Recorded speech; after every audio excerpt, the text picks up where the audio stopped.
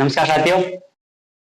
पिछली क्लास में अपन दीर्घवृत्त के बारे में पढ़ रहे थे और दीर्घवृत्त के बारे में अपन ने जो बेसिक जानकारी थी, जैसे उसकी परिभाषा थी और सांख्यिक काट से अपन ने दीर्घवृत्त को प्राप्त किया था। मैंने कहा था कि सांख्यिक काट को या फिर सांख्य जो कोई शंकु होता है उसको अपन समतल से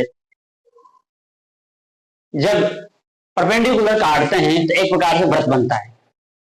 तो दीर्घवृत्त में भी जब दोनों अक्ष जो अर्ध अक्ष होंगे, यदि वो जो दोनों अक्ष बराबर हो जाएगी तो वह ऑटोमेटिक दीर्घवृत्त वर्त में बदल जाएगा। तो मैंने कहा था कि जो उसमें जब परपेंडिकुलर काटते हैं तो एक वर्त की संरचना बनती है और यदि 90 डिग्री से कम या 90 डिग्री से थोड़ा सा यदि अपन 90 डिग्री से ज्यादा अपन उसको काटते हैं और 180 डिग्री से कम अपन यदि उसको अपन काटते हैं 90 से 180 के मध्य, तो जो संरचना हमको मिल रही थी वह दीर्घवृत्त।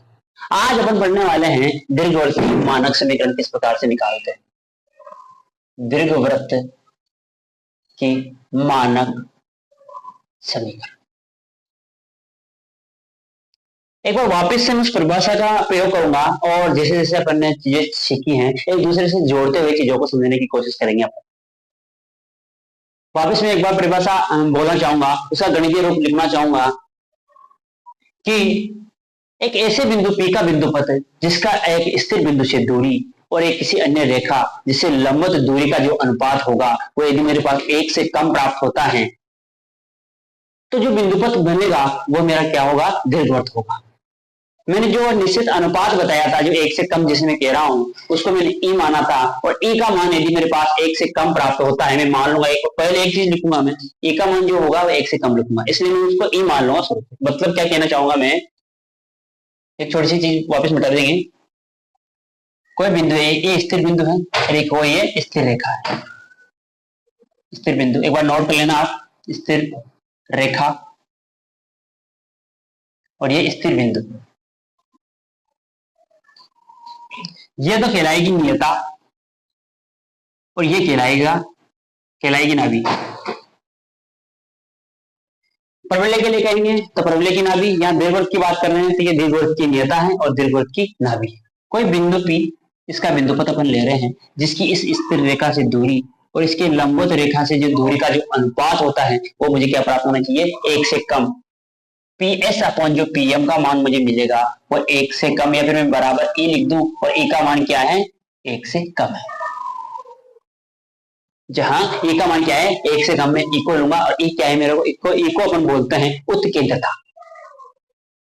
इसी चीज का अपन उपयोग करते हुए दीर्घवृत्त की मानक समीकरण का जो समीकरण है उसकी उत्पत्ति अपन करने वाले हैं और फिर उसमें जानेंगे अपन कि उसका दीर्घाक्ष क्या है, लघुअक्ष क्या है, नाभिलंब क्या है, मुख्य अक्ष क्या है, दोनों अक्ष जो होती है वो दोनों मुख्य अक्ष कहलाती है। इसी प्रकार से अपन इसको आगे पढ़ते हुए चलेंगे। मैं बार इस चित्र को मिटाता हूं और इस परिभाषा को गणितीय रूप को लिखा रहने देता हूं। अब समझते हैं। मैं एक चित्र में बनाता हूं, यहां पे देखो एक चीज ऐसी है, ये कोई बिंदु है मेरे पास S, कोई बिंदु है P, कोई रेखा है मेरे पास जिसको मैं नियता मानूंगा, इससे ये लंबवत दूरी और जो इनका जो अनुपात होगा वो क्या होगा, E को मैंने कह दिया कि E का मान 1 से कम है, बार बार इस चीज को मैं नहीं बोलूंगा, तो E का मान क्या हो गया, 1। तो अब जिस प्रकार से एक चीज में छोटी सी चीज वापस दीर्घवृत्त के लिए बताना चाहूंगा कि जैसे कोई दीर्घवृत्त की जो आकृति हम पता करते हैं कि नॉर्मल से आकृति कैसी होती है, दीर्घवृत्त की इस प्रकार से होती है। जो दीर्घवृत्त की आकृति होती है इस प्रकार से होती है। दीर्घवृत्त में क्या होता है, एक बार मैं इसको बताऊं,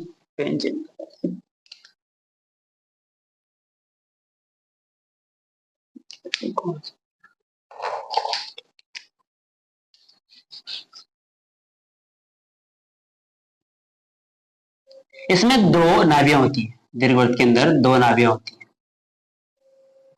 या फिर S या S मान लो, या F1 या फिर F2 मान लो।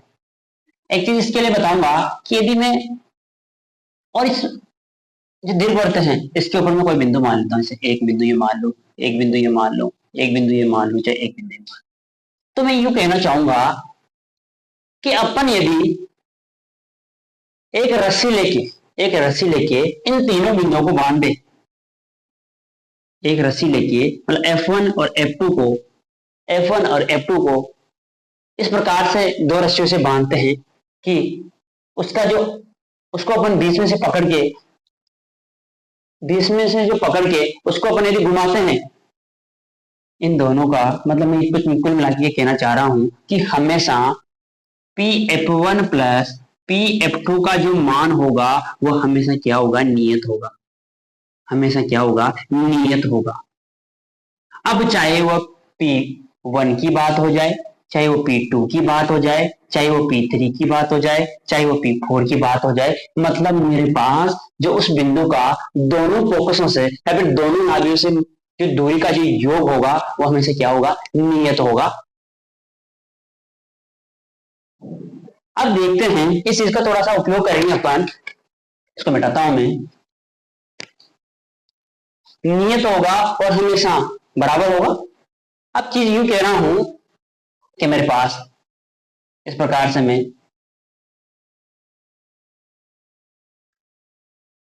एक परवलय का निर्माण होता है, पूरा ही बना देता हूं। इस प्रकार मेरे पास एक परवलय का है।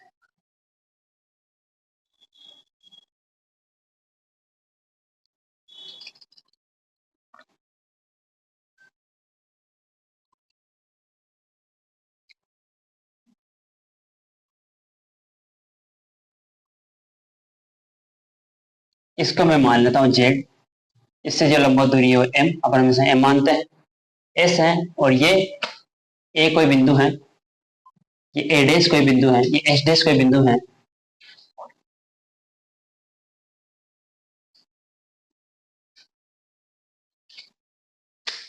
और ये सेंटर C है।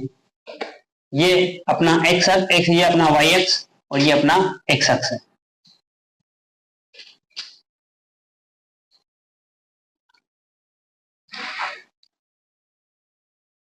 अब मैं क्या करूंगा, मुझे इस दीर्घवृत्त क्या निकालनी है, मानक समीकरण मैंने मुझे निकालनी है। अपन मानक समीकरण निकालेंगे दीर्घवृत्त की परिभाषा से। एक बार फिर से मैं रिपीट करता हूं कि एक बिंदु P का ऐसा बिंदु पथ जिसके एक स्थिर बिंदु S से दूरी बटा एक किसी अन्य रेखा से जो स्थिर है उससे जो लंबवत दूरी का जो अनुपात होगा वो 1 से कम प्राप्त होगा, इज इक्वल टू E का मान 1 से कम है। तो इस परिभाषा का प्रयोग निकाल के मैं कहीं ना कहीं जो ये मेरे पास नियता है, ये मेरे पास नियता है और ये मेरे पास नाभि है। यदि मेरे पास नाभि और नियता का मान आ जाए, यदि मेरे पास नाभि और नियता का मान आ जाए तो जो मेरे पास ये परवलय की समीकरण है PS अपॉन PM से मुझे क्या मिल सकता है, यदि मुझे PS का मान मिल जाए और PM का मान, PS का मतलब यही है, PS और PM का मान मुझे मिल जाए और इस समीकरण में उस मान को पुट कर दूं तो मुझे आराम से दीर्घवृत्त की समीकरण जो स्टैंडर्ड रूप है, स्टैंडर्ड रूप के ये मैंने केंद्र को क्या माना है 0,0 और ये Y अक्ष है और ये X अक्ष है। जिस शब्दावली का अपन प्रयोग करने वाले हैं उस शब्दावली को विशेष रूप से अपन याद रखेंगे तो क्या होता है, यहां से लंबवत दूरी। मैंने यूं कहा कि जो PS अपॉन जो PM का जो अनुपात होगा वो क्या होगा, E के बराबर। E एक निश्चित अनुपात है जिसका मान 1 से कम है, मतलब PS। अब मैं एक बात बताओ, इस बिंदु को P को जैसे मैंने खींच के यहां लिया हूं तो मेरे पास जो SA का मान होगा वो AZ के अनुपात बराबर E होगा। मतलब यहां मैं इसे लिख रहा हूं कि PS अपॉन PM का मान, PS अपॉन P का मान क्या होता है E। ये लिख दिया मैंने PS अपॉन P का मान। जब ये PS को अपन खींच के इस पूरे बिंदु को यहां से घुमा रहे हैं इस प्रकार से, तो इस प्रकार से अपन इसको घुमा रहे हैं तो जैसे ये P बिंदु यहां मुझे इस बिंदु पर आ जाएगा तो जो PS का मान होगा, जो PS का मान मुझे मिला उसका मतलब क्या हो जाएगा SA। PS का मान क्या हो गया SA। ऐसे जो PM का मान मुझे मिलेगा, PM का मान मेरे पास क्या हो गया AZ। जो PM का मान मुझे मिला वो AZ है। और यूं तो कह रहा हूं कि PS अपॉन PM का मान जो अनुपात कटेगा वह E अनुपात 1 में कटेगा। मतलब मैं यूं कहना चाह रहा हूं कि जो बिंदु ए है, जो बिंदु ए है वह एफ जेड को अंतर रूप से विभाजित कर रहा है, और यदि मैं ए डैश की बात करूं तो एस ए को एस जेड को बाह्य रूप से विभाजित कर रहा है। तो मैं यहां से लिखूंगा S A upon A Z बराबर ई।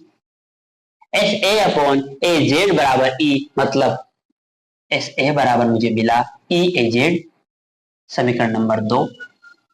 इसी प्रकार से मैं एस ए डैश की बात करूंगा, जैसे मैंने एस ए डैश की बात की तो ई एस ए डैश की बात की तो ई ए डैश जेड मिल गया, समीकरण नंबर 3। मैं इसलिए ऐसा कर रहा हूं कि मुझे जिस परिभाषा से मैं दीर्घवृत्त का मान निकालना चाह रहा हूं, दीर्घवृत्त के समीकरण का जो मान निकालना चाह रहा हूं, उसमें मुझे नाभि चाहिए और नेता चाहिए। यदि मुझे नेता का समीकरण मिल गया और नाभि का समीकरण यदि मुझे कहीं ना कहीं मिल जाता है तो मैं आराम से दीर्घवृत्त के समीकरण का निर्माण कर सकता हूं। अब देखते हैं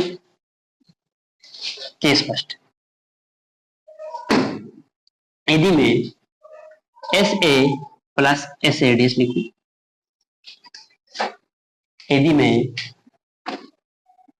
S A plus S A dash मतलब मुझे क्या मिला, यहां से इससे मिला मुझे ए डैश और यहां से क्या मिला ई ए जेड प्लस ई ए डैश जेड, ये मुझे मिला।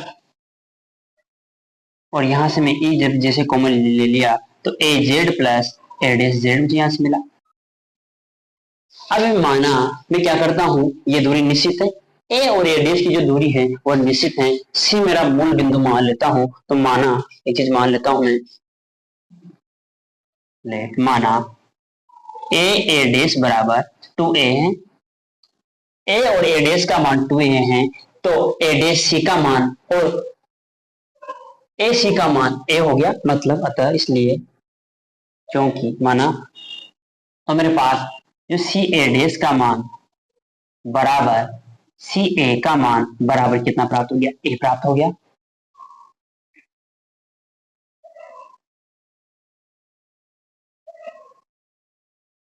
जब मेरे पास ए और ए डैश का मान में लिखूंगा तो यहां लिख दूं मैं 2a प्लस, अब मुझे चाहिए एक तो मान चाहिए मुझे एस का मान मुझे नाभि का निर्देशांक मुझे मिल जाता है और एक नियता की मुझे समीकरण मिल जाती है। तो उसके लिए क्या करूंगा, मैं सी को जितनी भी दूरियां में लूंगा तो मैं किससे लूंगा, सी से। मेरे पास सी ए का मान दे रखा है ए और सी जेड का मान मैंने, सी जेड को मैं इस प्रकार से तोड़ूंगा कि मुझे जो सी को मान के और सी ए के अंदर से संबंध निकालूंगा जिससे मुझे ए मिल जाएगा वहां से। तो मैं इस प्रकार से जैसे यहां मुझे मिला सी क्या मिला ए जेड, क्या मिला मुझे ए जेड, ए और जेड। तो ए जेड को किस प्रकार से तोड़ूंगा, सी जेड माइनस सी ए। यदि मैं सी जेड में से सी ए घटा दूंगा तो मुझे ए जेड मिल गया, ठीक है, प्लस ए डैश जेड की बात हुई। जब ए डैश जेड की बात हुई तो मैं ए डैश सी ले लूं और सी जेड ले लूं, ए डैश सी और सी जेड ले लूं, तो मेरे पास ए डैश जेड निकल गया। क्या हो गया, सी ए डैश प्लस सी जेड मिल गया। एक बार आप उतारिए,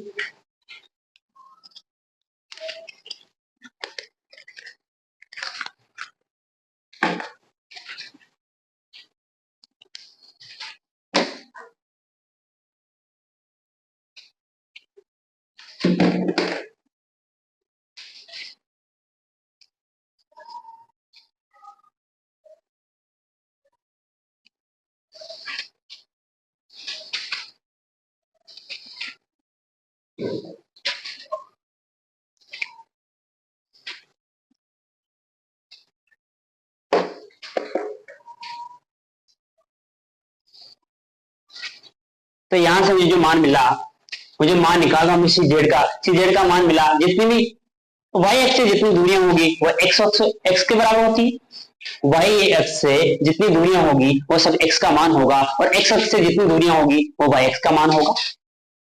इसको आगे सोल्व करते हैं थोड़ा सा। इसको मैं यहां सोल्व कर देता हूं।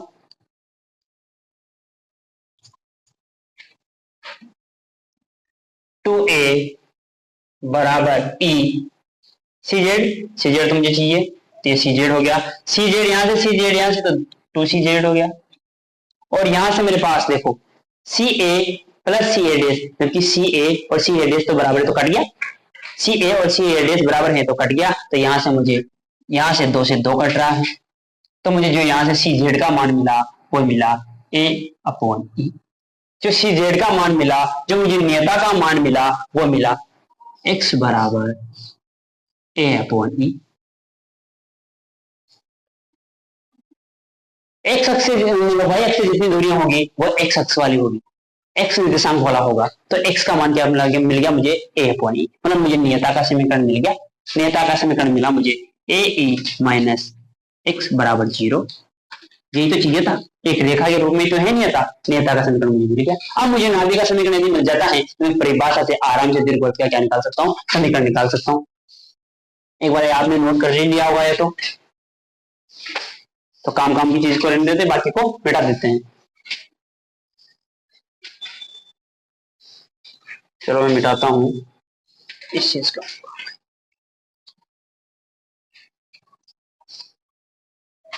यहां तक मिटाता हूं, सी जेड का मान मुझे चाहिएगा। अब मुझे निकालनी है नाभि। अब क्या करता हूं मैं एक बार, अब S A days, S A डेस बड़ा है तो एस ए डेस माइनस ऐसे करता हूं, एस ए डेस माइनस ऐसे किया मतलब ई ए डेस जेड माइनस ई ए जेड। यहां से मुझे ई कॉमन ले लिया मैंने, यहां से ई कॉमन लिया तो ए डेस जेड माइनस ए जेड। ए डेस जेड में से मुझे ए जेड निकाला तो मेरे पास ए डेस मिल गया, तो ई ए डेस। इसका मामला तो अपन ने सेट कर दिया।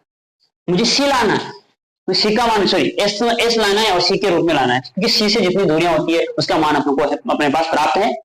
सी से जितनी भी दूरियां हैं उसका मान अपन को मिल रहा है, तो आराम से अपन निकालते हैं। देखो एस ए डेस क्या दे रखा है अपन को, S A days, S A डेस। एक तो निकलेंगे, क्या लिखेंगे यहां से C S plus S A dash, ये दूरी तो C S plus C A dash minus का, थोड़ा छोटा लिखते हैं इसको, C S plus C A dash minus कोष्टक निकालता हूं मैं ऐसे। ऐसे का मान क्या हो गया, ऐसे का मान प्राप्त हो गया सी ए माइनस सी एस। जो सी ए का मान मुझे, एस ए का मान मुझे मिलेगा, सी एस ए का मान भी निकालूंगा तो किस प्रकार से आएगा सी ए माइनस सी एस, इस प्रकार से हुआ। अब देखो यहां से देखेंगे, यहां से मुझे सी ए डेस से सी ए तो कट गया, क्योंकि सी ए और सी ए डेस बराबर हैं। जैसे ये तो इससे कट गया और यहां से मुझे मिल गया टू सी एस बराबर ई बराबर ए जेड, और टू सी एस बराबर ई ए डेस का मतलब कितना है 2a। तो मेरे पास ए 2 से 2 कट गया, तो मेरे पास जो सी एस का मान मुझे मिला, जो सी एस का मान मुझे मिला वो मिला मुझे ए ई। सी एस का मान मुझे मिला और ये एक्स अक्ष है, सी एस का मान मिल गया मुझे, ये वाली दूरी मिल गई, मतलब मेरे पास एस का एक्स निर्देशांक मिल गया ए कॉमा 0। जब एक्स अक्ष पर जितनी भी दूरियां होती है उसमें वाई निर्देशांक का जो मान होता है वो 0 होता है। तो मुझे नाभि मिल गई और नेता मुझे मिल गई, और नाभि और नेता मुझे मिल गई तो मैं आराम से उस दीर्घवृत्त का क्या निकाल सकता हूँ, समीकरण एक बार नोट कीजिए इसको आप।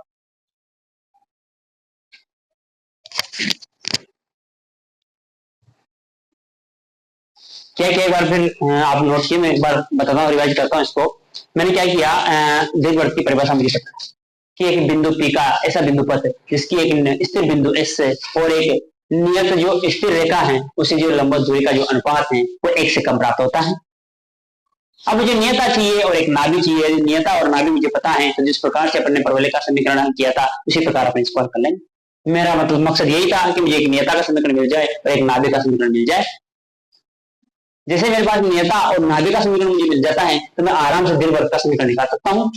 जैसे मैंने क्या निकाला, नियता का मान इस प्रकार से निकल, नाभि का मान मुझे मिल गया। अब नाभि और नेता से किस प्रकार से हम मान निकालते हैं, इस वापस इसी सूत्र का अपन प्रयोग करेंगे, इसी परिभाषा की अपन प्रयोग करेंगे, और ये अपने पास यहां से अपने लिख दिया, ये अपने पास मिल गया।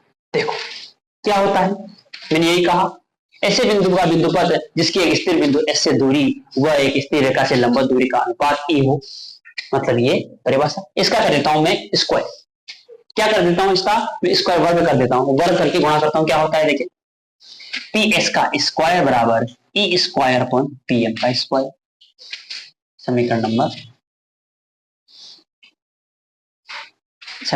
ठीक। पी एस का मान कैसे, यदि मैं पी का निर्देशांक ले माना p बराबर x कॉमा y है, तो पी एस का मान मिल जाए दूरी सूत्र से, आराम से दूरी सूत्र वर्ग है तो मेरे पास अंडर रूट में नहीं कहूंगा, तो दूरी सूत्र से क्या मिल गया मेरे पास, x minus A P, P S का मान निकाल रहा हूं x1 माइनस एक्स का whole square plus y1 minus y2 का होल स्क्वायर, तो x1 में x को मानूंगा और y1 में y को मानूंगा, तो इस प्रकार से क्या निकाल दिया मैंने, वर्ग प्लस y माइनस 0 तो मतलब y का स्क्वायर बराबर ई स्क्वायर। अब निकालना है मुझे p का मान, pm का मान, सॉरी pm का मान निकाल रहा हूं, तो p का मतलब कितना, p का मतलब किसी भी बिंदु, वही चीज मैं बताऊंगा, और यहाँ किसी भी बिंदु से लंब जो दूरी का, किसी भी बिंदु से किसी रेखा पर जब लंब खींचा जाता है तो इस लंब का अपन मान निकालते हैं। तो माना जैसे ये A X plus B Y plus C प्रकार से कोई रेखा थी, x1 y1 से अपन इस लंब का जब लंबाई, इस लंब की जब लंबाई निकालते थे, किस प्रकार से निकालते थे, इस बिंदु को इसमें पुट करते थे x1 प्लस बी वाई1 प्लस सी अंडर रूट x1 का गुणांक का स्क्वायर प्लस y1 का गुणांक का स्क्वायर, इस प्रकार से। तो इस चीज को प्रयोग करते हुए अपन pm का मान निकालेंगे। देखो ये मेरे पास समीकरण है, और क्या है मेरे पास x और y मुझे यहां से दिया, x और y से मैं किस पर लंब डाल रहा हूं, ये x और y से लंब डाला अपन, x कोमा y से मैंने लंब डाला किस पर, जेडएम पे, जेडएम पे जैसे लंब निकाला तो pm का मान भी निकाल सकता हूँ। क्या मान निकालूंगा, इसको पुट कर देंगे, पुट किया तो ए माइनस एक्स, तो ऐसा कैसा है, ए माइनस एक्स ऐसा कैसा अपॉन x के गुणांक का स्क्वायर प्लस y के गुणांक का स्क्वायर, मतलब 1 का स्क्वायर प्लस 0 का स्क्वायर, मतलब ये तो मेरे पास 1 मिल गया, ये तो मेरे पास 1 मिल गया। तब हल करते हैं आगे, x माइनस ए का whole square plus Y square बराबर ई स्क्वायर, और यहाँ से 1 मिल गया, तो यहाँ से क्या मिल गया, a अपॉन ई का a upon e minus x का होल स्क्वायर। हल करते हैं आगे इसको, x square plus a square minus 2ae x plus Y square बराबर ई square a square upon e square, e को भी मैं साथ में गुणा कर रहा हूं, plus e square x square minus E square a upon e dot x. इसको हल करते हैं आगे, थोड़ा सा मैं इसको मिटा देता हूं,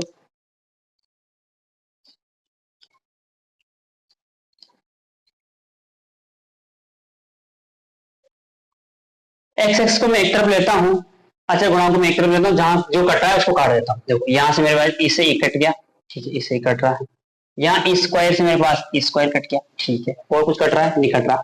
एक्स को एक तरफ ले लेता हूं, जैसे मैंने एक्स को एक तरफ लिया, इसको इधर भेज दूं या फिर इसको इधर भेज दूं, एक्स को एक तरफ करेंगे तो एक्स स्क्वायर कॉमन लिया तो क्या प्राप्त हो गया, 1 माइनस ई स्क्वायर, यहां से मिला, मतलब इसका मामला सेट और इसका मामला भी अपन क्या कर दिया, सेट कर दिया। वाई स्क्वायर को ऐसा कैसे रहने देता हूं, और इस वाले पद को उधर ले जाता हूं, जैसे इस वाले पद को मैंने उधर ले गया, इस वाले पद को मैं उधर ले जाता हूं, तो क्या मिल रहा है मुझे, माइनस का ई ए एक्स, इसको मैं साथ में यहां लिख देता हूं माइनस में, a square dot a upon e dot x, तो इससे इसको मिटा देता हूं यहां से, तो क्या मिल रहा था मुझे यहां से, माइनस का ई ए एक्स प्लस ये उधर गया तो 2aex, ये मुझे मिला।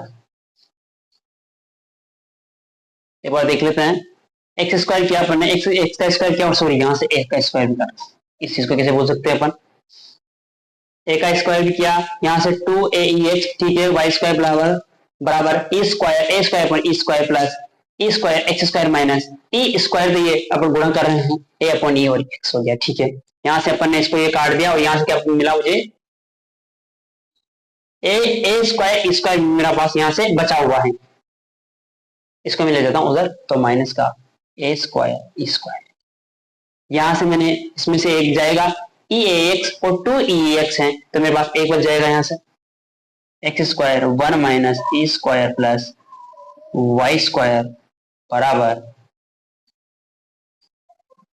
यहां से मुझे मिला ए ई एक्स, और यहां से मैं ए एक्स भी कॉमन ले लेता हूं, जैसे मैंने ए ई कॉमन ले लिया, जैसे मैंने ए ई कॉमन ले लिया तो क्या बराबर मिला मुझे यहाँ से 2x, एक मिनट, एक्स स्क्वायर 2ax, इससे 2ax से कट गया, यहाँ भी 2 था, स्क्वायर किया था यहाँ भी 2 था, ये कितना था 2, तो इससे तो ये कट गया, तो क्या मिला मुझे यहाँ से 2 माइनस का, जब यहाँ माइनस था तो उधर गया था, कितना हो गया माइनस ए स्क्वायर प्लस, तो 2ax, और वहां से अपन को 2e स्क्वायर 2ax, ठीक है, यहाँ से ये कट गया तो क्या मिला मुझे यहाँ से माइनस का, और क्या बच रहा है यहाँ पे, एक चीज ये बच रही है मेरे पास, एक बार दोबारा देखते हैं क्या चक्कर हो गया इसमें, एक्स स्क्वायर किया, ठीक है, x square plus a square minus 2xa, ठीक है, प्लस वाई स्क्वायर, ठीक है, बराबर एक्स स्क्वायर ई स्क्वायर मतलब ए का स्क्वायर प्लस बी का स्क्वायर, ए का स्क्वायर प्लस बी का स्क्वायर कर दिया, माइनस माइनस 2ax और 2aex और ई स्क्वायर से मैंने जैसे ही गुणा किया 2aex, ए और बी से तो गुणा हो गया, और ई स्क्वायर से जैसे मैंने गुणा किया तो इसे कट गया, तो मेरे पास यहाँ क्या बच गया 2eax, ठीक है, इस प्रकार किया। फिर क्या किया अपन ने एक्स स्क्वायर से कॉमन ले लिया, जैसे मैंने इस ए को एक्स ई स्क्वायर एक्स स्क्वायर को इधर भेजा तो एक्स स्क्वायर जैसे मैंने कॉमन लिया तो 1 माइनस ई स्क्वायर यहाँ से मिल गया, प्लस वाई था तो मैंने वाई स्क्वायर के ऐसा कैसे लिख दिया। अब मेरे पास यहाँ से क्या बच रहा है ए स्क्वायर स्क्वायर को उधर भेजा, मैंने माइनस ए स्क्वायर हो गया। अब ये यहां से माइनस का 2ex उधर जाएगा तो प्लस का क्या हो जाएगा 2aex, और ये माइनस का पहले दिया हुआ, इससे मेरे पास इस समीकरण, इससे मेरा ये कट जाता है, तो क्या बच रहा है मेरे पास यहाँ से माइनस का ए स्क्वायर ई स्क्वायर, कहाँ दिक्कत हुई,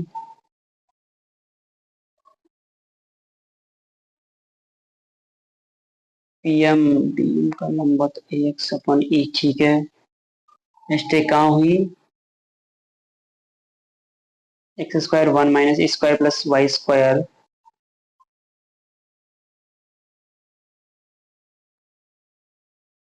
to E x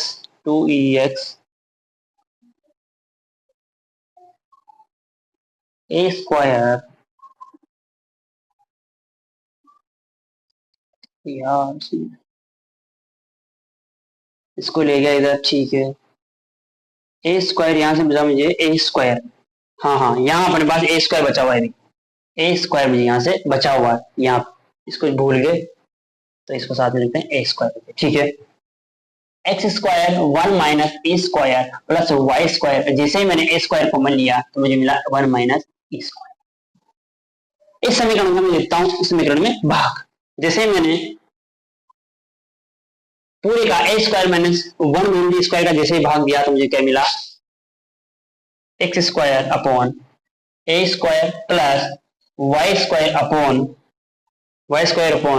E square 1 minus E square बराबर 1। तो जो मुझे ये अभिष्ट समीकरण मुझे मिली है, ये मेरी क्या है दीर्घवृत्त की समीकरण, ये जो समीकरण मुझे मिली है ये मिली है मुझे दीर्घवृत्त की समीकरण। और यहाँ यदि ए स्क्वायर 1 माइनस ई स्क्वायर बराबर यदि बी स्क्वायर हो, यदि ए स्क्वायर 1 माइनस ई स्क्वायर बराबर बी स्क्वायर हो, तो मुझे जो स्टैंडर्ड समीकरण एक बार बताइए, जो मुझे एक स्टैंडर्ड समीकरण मिलने वाली है,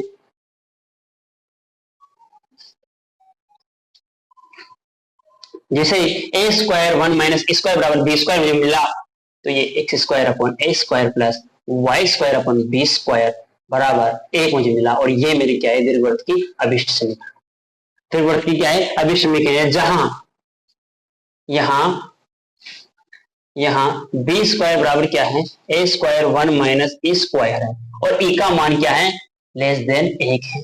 ये इस प्रकार अपने दीर्घवृत्त की मानक समीकरण देखा है। अगले क्लास में अपन एक और जो दीर्घवृत्त बनता है उनकी तुलनात्मक अध्ययन करेंगे, और इसके जितने भी पैरामीटर्स हैं, जितने भी इसके जो परिमाण है या फिर परिणाम है, जैसे अपन कहेंगे दीर्घ अक्ष के अंदर क्या है, उनके निर्देशांकों के साथ वापस क्या करेंगे, रिविजन करेंगे। धन्यवाद।